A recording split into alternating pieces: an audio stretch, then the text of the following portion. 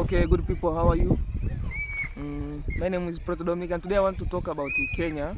There are a lot of things that have happened between Kenya, Tanzania, and the whole of East Africa, but also France. And as you know, France is just, I can call them, they are just a wolf that they are looking for where to feed. And they've decided in the West Africa they have been chased, they don't know how to, they don't know where to touch now. And they found out Kenya is also a very desperate country. And they found the opportunity to come and grab whatever they can. So with their president also incompetent, I can say Ruto is a very incompetent president.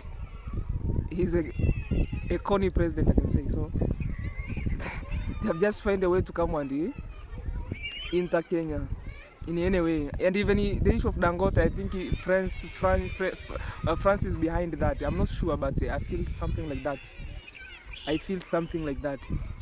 And I want to talk, as much as I don't like the presidency of my country, Samia Suluhu. I'm not a fan of that for our president also. But I'm completely 100% support her with what she did with President Ruto. You cannot go and negotiate and talk and plan to do something in our country without involving our country. How do you see Tanzania, by the way? Where is our integrity, our sovereignty? That you can go somewhere and discuss something and you just come and impose it to our country that we are building an oil refinery in Itanga. Who are you? Even though, and Tanzania, you know, it's not a capitalist country, it's not an imperialist country. We don't support that. Even if you come with money, with what? We don't like that. Imperialists, they have only one intention: to exploit your country, to exploit your people. Even America, you can say America, United States of America. It is a very rich country with a lot of capitalist rich people, but it has a maximum number of poor people, people living under standard, people with homeless people in the United States of America. Yet they claim to be very rich country. But Tanzania, we don't want to go there. Okay, Tanzania, we want to be self-sufficient within the country before we go for those in global economy. Because the global economy, what it has to do, it is to exploit other countries and to forbid other countries from becoming the equals in the global economy, so that they can continue to exploit.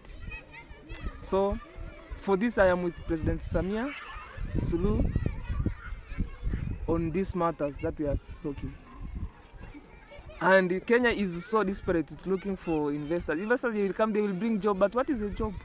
Job is just the lowest thing that you can do. Okay, what is a job, by the way? We need people who can produce within themselves for their country, not to produce for who? For imperialists, for people from outside. No. No. Maybe if that oil refinery was owned by the Kenyan government, it will be much better.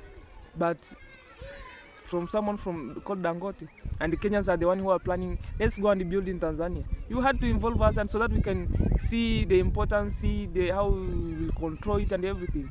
So Tanzania, we have a very different way to think than Kenyans. Kenyans, they are lazy. I'm telling you the truth. Capitalists, they are lazy, and they like to exploit. That's why when you go to Kenya, people are busy, like every day demonstrating. They want things to be handed down to them. But in Tanzania, we work hard in the fields, by ourselves, to become self-sufficient by ourselves. Not from someone outside there coming and bring grace to our country. No. Bringing grace to our country. No, that is not true. So Kenya, for this time, with President Samia, and also be careful with France and other countries from outside, the United States. And Kenya is just a gateway to bring colonialism back to Africa. I can assure you that. There are so many international corporates in Kenya, and Kenya, they are so open to those multilateral and outside companies and corporations, which are not good. They are just there for exploitation. Become self-sufficient from inside first before you go to the global economy, so that you can dominate the global economy. But if you open for those to come here, they will not allow you even to be equal in the business. You can see examples like countries like China. China, they work hard to become self-sufficient from inside. Vietnam, so that they can open up to the global economy. So that's what I wanted just to talk.